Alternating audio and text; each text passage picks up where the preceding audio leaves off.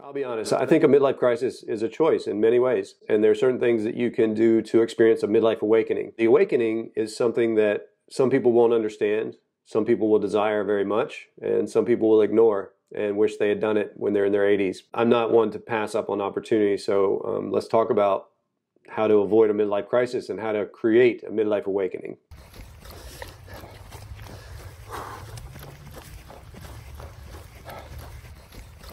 Hey there, my name's Kevin. Welcome back to my channel. We're talking about midlife crisis. I think it's been thrown around as almost a badge of honor in some ways, and it doesn't have to be a crisis at all. And a lot of times the crisis it hones in around we feel stuck, we question our choices, we feel restless, we feel the need for a significant and quick change in our body or our fitness or our mind, our clothes. We want to be noticed. And really all it boils down to is really this idea of boredom. Boredom is not that there's nothing to do. Boredom is that the things I'm doing don't make me feel significant. They don't make me feel important. They don't make me feel heard or seen. They don't make me feel like I'm making an impact.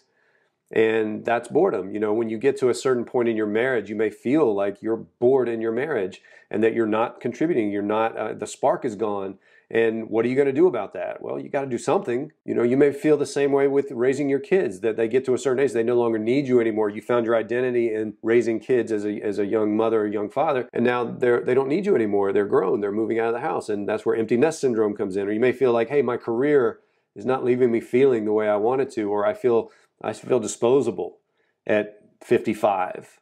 When the 30-year-old guys are coming in and the 30-year-old executives are coming in and you're 55, you may feel disposable and vulnerable in some sense. And all of that contributes to the crisis. But what if we had this idea of this is a midlife awakening? I'm 49 years old. By societal standards, I should not be doing things that are very drastic, that are high risk. Got about 15 more years of employable years left before you retire. And you should just be working your best, going to the job, do the job, come home, keep your mouth shut, stay under the radar. That's what you should be doing. We all know now I'm not under no illusion you believe that, but we all know that that's not sustainable. That's not how this world operates anymore. Why am I feeling boredom? I have a good job. Why would I feel bored when I have a good job? What would make me feel bored? If I don't feel like my job is helping people, or my job is bringing in the money that my family needs to survive or to thrive, those would create boredom. Is it the job or is it my approach to life? Guarantee you, if you change the way you approach life, the value of your job might change as well. So if you hate the corporate job, you hate going 9 to 5, and you say, oh, I don't like going 9 to 5, my boss is a jerk, I only get 4 weeks off or 3 weeks off or 2 weeks off or 1 week off, and it's a fight to get the holidays and all these other things. If you change the way you approach your life, you might find that you're grateful now that job affords you a life on the weekends that you love. I love that I can go to the resort on the weekend and not worry about money because of that job. So if you change your approach, you avoid the crisis. And that's what we're talking about here. The reason that people try to make drastic changes in their midlife is because they're trying to make up for lost time where they didn't do anything. And now you're saying, wow, I feel unhealthy. And I'd like to change that. And that becomes a crisis. So ultimately, this idea of crisis is a choice that you made 15 years ago. And it's just showing up today. What do we do about it? One, watch a video that I just put out. It's called The Legacy Decade. It's how to take the next 10 years of your life and make it different than any 10 years you've ever had. And duplicate that over every 10 years you've got. So watch that first. Number two, start with up here. Midlife awakening starts in your brain, in your heart. Are you willing to be a beginner again? Are you willing to do something new that you can't explain at a dinner party? Are you willing to walk into a dance studio and say, I'd like to learn? Are you willing to walk into a college classroom at 50 and say, I'd like to learn? Are you willing to walk into your boss's office and say, I'd like to learn? Are you willing to walk into your bedroom and talk to your partner and your spouse and say, I'd like to learn?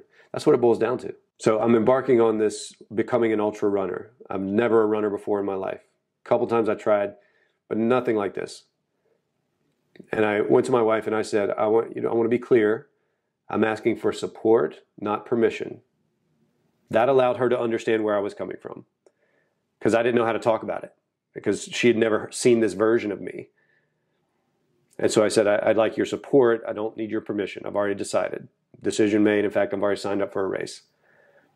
And that clarity, that is the awakening. That decision is the awakening.